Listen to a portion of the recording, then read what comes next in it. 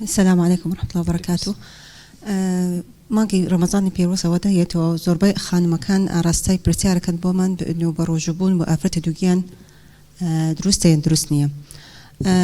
دوگیانی خوی مرحله کی فسجی کی طبیعیه. توزی مشاقی کبیت ولی سر خانمک ببونی قرص بونکه. سرتای قناعی حملک یکم سیمانگک او قناعه کورپک دروسه بیت و اندامی لشکان دروسه بیت. هندی تجنبی که الله تو اگر بروجبون با او کاتا ابیت ناتوانی احتمالی که ابیت هو کارک انه منالک یا لبارچی یا لبارنچی تا استأمن يعني تأكيد نبوله تبتجنو كان بس اما برأي عامي جشتي دكتورة كان خومن الله إن لكم سيمانجك باشرق بروجنبه هو أفرتك لسرتاي حملك يعني زور بجرد التكشين يعني أبيته ورشانه وين أبيته فبوني أو وضعنا ناتوان خوين بروجبن بس دواي أو أجر خانمك خوي تندرسته يعني نخوشي كي هيج نبو مثلا زخته شكرا يا بستاني خينا يا كمبونوي خين أو أنا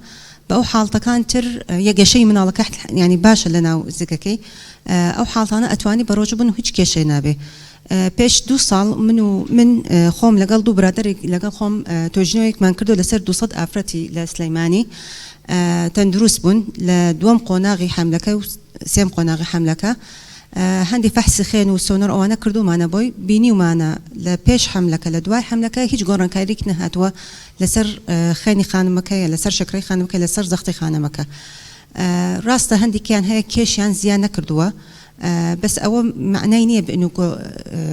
قش كردني ما كوربك لنا وزككي كيش يعني كم يكردوه بعكس هو أو من علاقة أنا حموي باجبو بس تا أو توجنوانا لدن يعني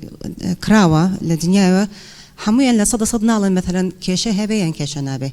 اما زورتر توجنا كمان لسر او افتا خان مكان خوين تندرستن بس اوانا اگر تندرستن وحازه كان بروجبن او ناتوان لصد صد بيان بلن بروجبن يا بروجبن لبروا بشوي كي جشتي زوربي خانماني دوكيانا كان اتواني بروجبن وان شاء الله ببكيشه بنو